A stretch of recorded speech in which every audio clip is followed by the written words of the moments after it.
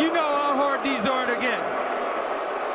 And this is your fifth under your leadership, Coach Belichick and Tom Brady. What an unbelievable achievement for your organization. Congratulations to your organization, to your fans, to your community. We're so proud of you. Take your Super Bowl trophy home to New England.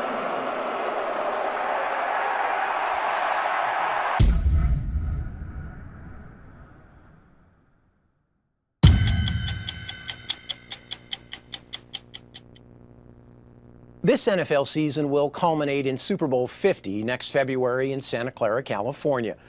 But the season opens with a surprise in who will start under center for the Super Bowl defending champion, New England Patriots.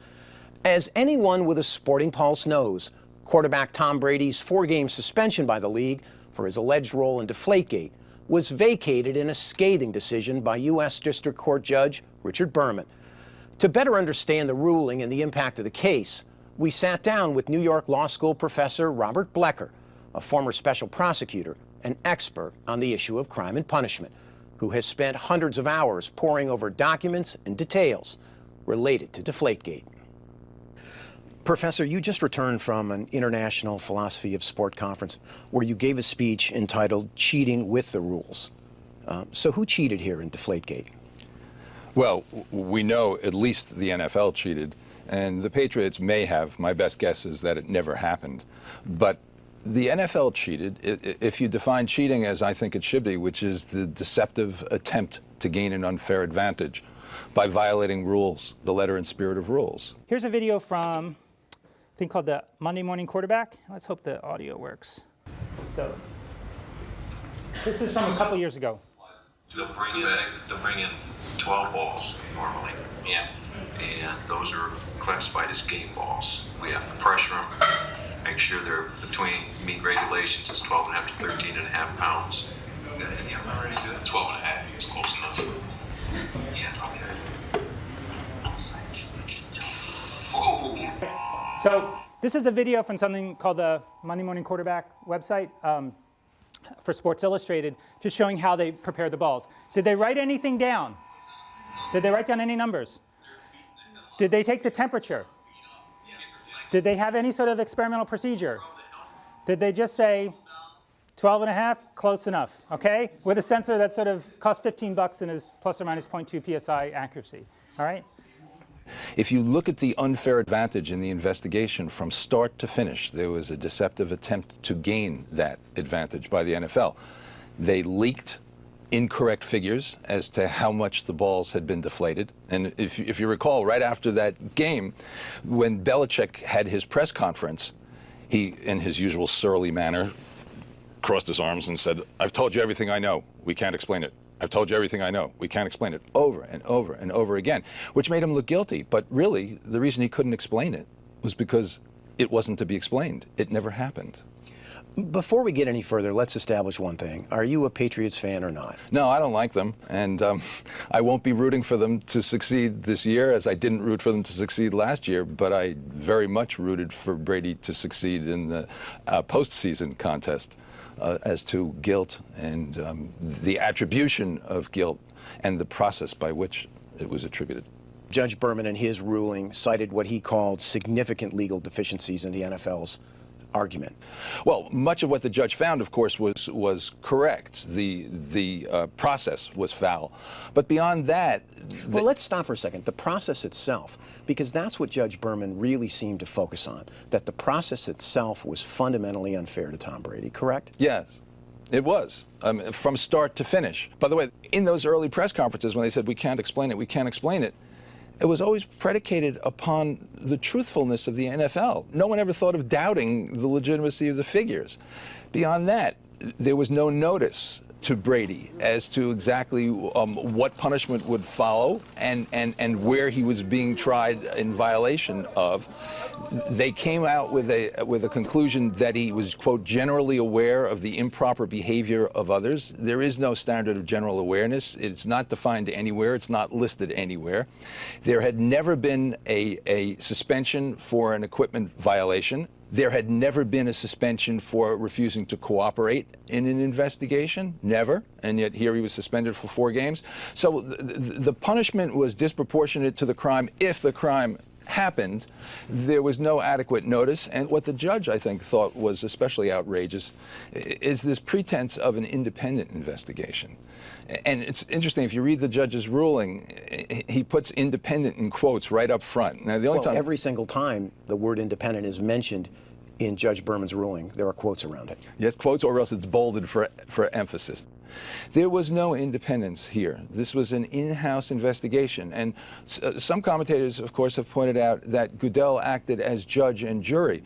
A person cannot be a judge in his own case. We've known this in Western culture for 25 centuries, ever since, well, 30 centuries, ever since Odysseus had himself tied to the mast. As part of your digging, you made a very interesting discovery in one appendix of the Wells report relative to the gauges used prior to the AFC Championship game. You called it the smoking gun. Tell me about these gauges. Were they the referees' gauges? Were they the team's gauges? Whose were they? They were Walt Anderson's own personal gauges. They were inexpensive gauges that you could buy at a sporting shop. They've come to be known classically as the logo gauge and the non-logo gauge because one of them had the Wilson W logo on the back and the other one did not. They really should have been called the higher reading gauge and the lower reading gauge because the higher reading gauge consistently reads higher by about 0.4 psi. Look, if you want to know how much something has dropped, you've got to measure it with the same gauge before the game as you do at halftime. So essentially here, nobody knows really or can remember accurately which gauge was used at what time during what procedure. Oh, the ref remembers. The ref remembers which of his own 2 gauges he used. But according to the report, he doesn't remember. He misremembers, or they can't clearly remember what Walt Anderson said he was using. Correct.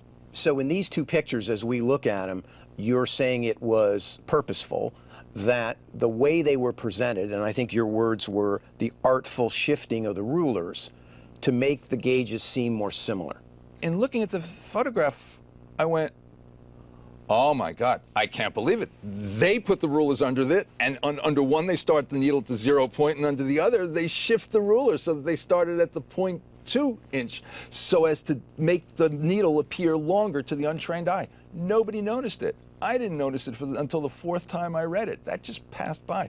But that should have been brought to the attention of, first of all, on appeal to Goodell to show the obvious, clear bias. And then it should have been brought to the attention of the judge. And it wasn't. It should have been brought to the judge's attention, and it would have served 2 purposes simultaneously. One would be to show the unfairness of the investigation, but the other would also be to suggest the innocence of Brady. Go back to the gauges for a second. As I read it, one was 1.4. Right. The other one was 0.7. Right. So one was twice as big as the other one. Yes, and more severely bent. And more severely bent. So you're saying then Walt Anderson, the referee for the game, should have clearly been able to remember what gauge he was using. Yes, should have, and did. You mentioned things that Judge Berman called the NFL on. One of the biggest ones was at the beginning, Brady was accused of being, quote unquote, at least generally aware of inappropriate conduct by the equipment managers and the Patriots. That later goes to, by Commissioner Goodell, later determines that, quote, he knew about, approved of, consented to, and provided inducements and rewards in support of the scheme. Judge Berman took great issue with that leap of legal logic. Yeah, and for good reason. Look, when I first read the Wells report, I thought they cheated. And truthfully, I sort of hoped they did because I don't like the Patriots. I still don't like the Patriots as a team. And part of this. So what changed your mind? Science can explain it. Hi, I'm Mike Naughton, chair of the physics department at Boston College, and also a Buffalo Bills fan all my life.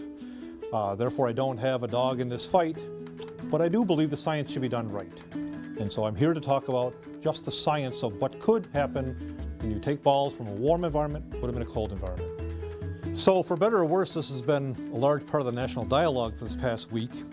And a lot of misinformation or basically uninformed information is out there, including theories about what could or did happen. Myself, I don't believe any theory, I believe experiment. So presently we're doing an experiment with a Wilson NFL football where we pressurize the football at 13.5 psi, and we want to see if it obeys the ideal gas law. Does the pressure follow the temperature? So we know the starting temperature and pressure. We place it in a controlled environment in a refrigerator at a controlled temperature. We're going to let it equilibrate, measure the pressure, and see what we get.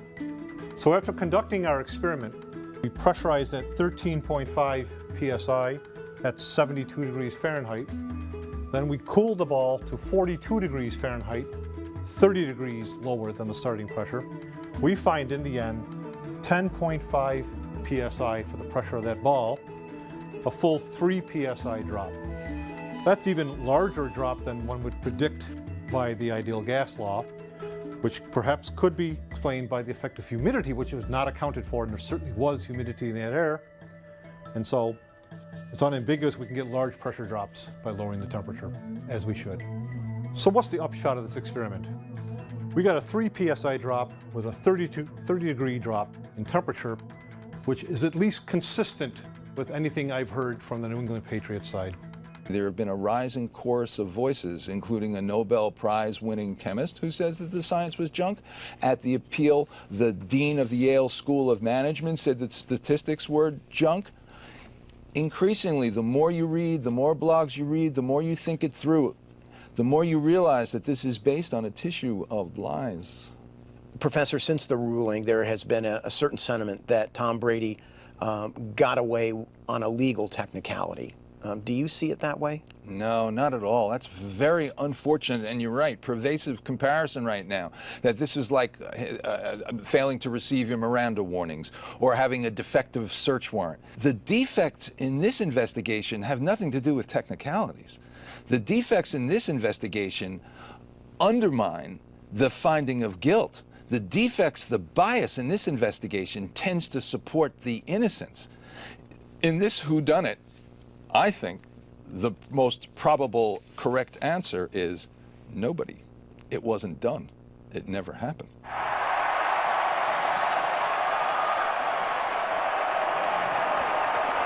Mr. Kraft, what do you got to say to all your fans out there that after the first full week of the season, your quarterback's not starting and to find yourself in the greatest Super Bowl ever played and you're the victor? 2 years ago, we won our 4th Super Bowl down in Arizona. And I told our fans that was the sweetest one of all. But a lot has transpired during the last 2 years. And I don't think that needs any explanation. But I want to say to our fans, our brilliant coaching staff, our amazing players who are so spectacular, this is unequivocally the sweetest.